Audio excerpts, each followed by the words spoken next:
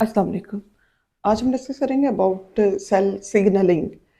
Sales के अंदर signal कैसे रिसीव किए जाते हैं, सेल किस तरह से कम्युनिकेट करता है नेबरिंग सेल के साथ, और नेबरिंग सेल से मिलने वाले जो सिग्नल्स होते हैं उनको किस तरह से वसूल करता है और उनको किस तरह से रिस्पॉन्ड करता है, आज हम ये देखेंगे। यानी सेल्स के दरमियान में भी कम्युनिकेशन होती है, उनके दरमियान में भी बातचीत होती है, और ये बातचीत, ये कम्युनिकेशन किस वे में होती है, ये सिग्नल से थ्रू होती है।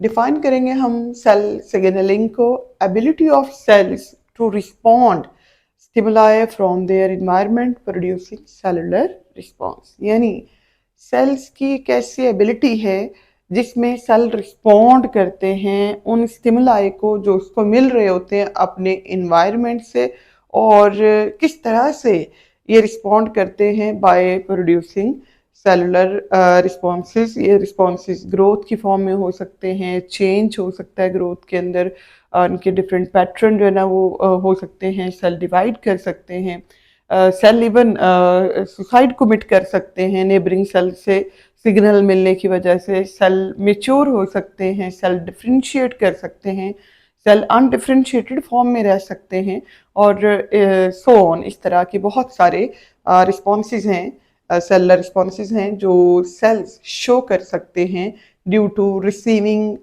Different stimuli, different signals.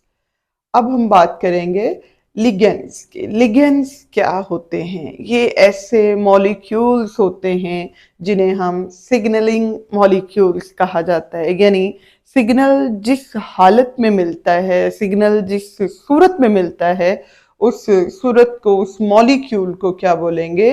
Ligands कहेंगे इन्हें।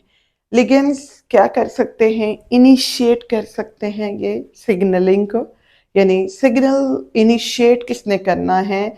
सिग्नलिंग मॉलिक्यूल्स ने और लिगेंड्स ने करना है। अब लिगेंड्स और सिग्नलिंग मॉलिक्यूल प्रोटीन की फॉर्म में हो सकते हैं, इनकी नेचर प्रोटीन हो सकती है, लिपिड की सूरत में हो सकते हैं, अमाइनो एसिड मेटाबोलाइट्स हो सकते हैं, अमाइनो एसिड के फॉर्म्स हो सकती हैं, डिफरेंट फॉर्म्स, और अमाइनो एसिड के मेटाबॉलिज्म से प्रोड्यूस होने वाले मॉलिक्यूल्स हो सकते हैं, ये कुछ गैसेस के मॉलिक्यूल हो सकते हैं, एंड मैनी अदर्स। ये तमाम मॉलिक्यूल्स हैं जो लिगेंड्स हैं, जो सिग्नलिंग मॉलिक्यूल्स होते हैं। और सिग्नलिंग मॉलिक्यूल्स जो जो भी हों, चाहे प्रोटीन हो, लिपिड हो, या उसमें कोई अमाइनो एसिड हो, गैसेस हो, या कोई भी और नेचर का हो, तो ये सिग्नलिंग मॉलिक्यूल क्या करते हैं? जाके अटैच हो जाते हैं रिसेप्टर के साथ। तो रिसेप्टर के साथ इन्होंने अटैच होना है। रिसेप्टर क्या बला हैं? ये वो प्रोटीन्स होती हैं जो पाई जाती हैं सेल के अंदर, सेल की मेम्ब्रेन के अंदर, सेल की मेम्ब्रेन के बाहर, और करती क्या है? ये रिसेप्टर्स रिस्पॉन्स को शो करते हैं। यानी जो लिगेंड्स आ रहे हैं उनको ये रिस्पॉन्ड करते हैं, 1 for 1 है। यानी हर जो सिग्नल मॉलिक्यूल आ रहा होगा, हर सिग्नल मॉलिक्यूल को रिसीव करने के लिए एक स्पेसिफाइड रिसेप्टर होता है। यानी 1 for 1 का रिलेशनशिप चलेगा कि हर जो सिग्नल मॉलिक्यूल है उसके लिए एक स्पेसिफिक रिसेप्टर मॉलिक्यूल है, या जो भी रिसेप्टर मॉलिक्यूल है वो एक स्पेसिफिक लिगेंड्स को क्या करेगा? रिस्पॉन्ड करेगा। अब लेंगे जी हम mechanism of cell signalling. Cell के अंदर सिग्नलिंग के लिए मैकेनिज्म क्या है? 3 मेजर स्टेप्स के अंदर ये मैकेनिज्म हम एक्सप्लेन कर सकते हैं। सबसे पहले सिग्नल रिसेप्शन होती है, यानी सिग्नल को रिसीव किया जाता है। अब ये हमारे पास एक सिग्नल मॉलिक्यूल है जिसको हम लिगेंड कहते हैं। तो लिगेंड्स जो भी आएगा उसको, उसने सबसे पहले क्या करनी है? डिटेक्शन करनी है अपने टारगेट सेल की। यानी detection of target cell of a ligand coming from outside of cell. Cell के बाहर से लिगेंड आ रहा है और ये डिटेक्ट करेगा कि क्या ये मेरा टारगेटेड सेल है या कि नहीं है। टारगेटेड सेल है या नहीं, इसकी पहचान कैसे की जाएगी? With the help of presence of receptor. तो receptor molecule, special protein molecule जिनके साथ लिगेंड्स और सिग्नल मॉलिक्यूल आके अटैच होने हैं, ये स्पेसिफिक रिसेप्टर स्पेसिफिक लिगेंड्स के लिए मखसूस है, तो लिगेंड्स ने उसी सेल के साथ जाके अटैच होना है जहां पे इसका मखसूस रिसेप्टर मौजूद होगा। अब लोकेशन ऑफ रिसेप्टर की बात करें तो सेल के अंदर जो ये रिसेप्टर होते हैं ये क्या हैं, प्रोटीन्स हो सकती हैं इन मेम्ब्रेन आउटसाइड द सेल, यानी सेल के बाहर की तरफ भी हो सकती हैं, इन द सेल भी हो सकती हैं, और in and inner side of membrane पे भी ये प्रेजेंट हो सकती हैं। ये हमने एक रिसेप्टर यहाँ पे शो किया है ये ब्लू में, तो ये मेम्ब्रेन के अंदर जो है अटैच है और कुछ पार्ट इसका बाहर है और कुछ इसका पार्ट जो है ना वो अंदर है। तो ये प्रोटीन्स होती हैं, एम्बेडेड होती हैं इनसाइड द मेम्ब्रेन और आउटसाइड द सेल। अब रिसेप्टर्स ने क्या करना है, आने वाले सिग्नल मॉलिक्यूल को और आने वाले लिगेंड्स को अपने साथ क्या करना है, बाइंड करवा लेना है। सेकंड स्टेप शुरू हो जाता है जिसको सिग्नल ट्रांसडक्शन कहा जाता है, यानी जो सिग्नल और लिगेंड आके अटैच हुआ है रिसेप्टर के साथ, इसको सेल के अंदर ट्रांसमिट कर दिया जाता है, भेज दिया जाता है, और यहाँ पे ये इसकी ट्रांसडक्शन होती है, ये आगे आगे फॉर्म अपनी चेंज करता है। एक कैस्केड का कह लीजिए, एक इसमें सीरीज जो है ना चेंजेस की और इंटरेक्शंस की और मॉडिफिकेशंस की आती है, जिसके अंदर ये हम सीरीज में देख रहे हैं कि इसकी शेप क्या हो रही है, चेंज हो रही है। ये मॉलिक्यूल्स के अंदर डिफरेंट टाइप के इंटरेक्शन और मॉडिफिकेशन देखने में आ रही है। तो सिग्नल ट्रांसडक्शन किस तरह से होगी, conversion of a signal from outside the cell to a form that can bring about specific cellular responses।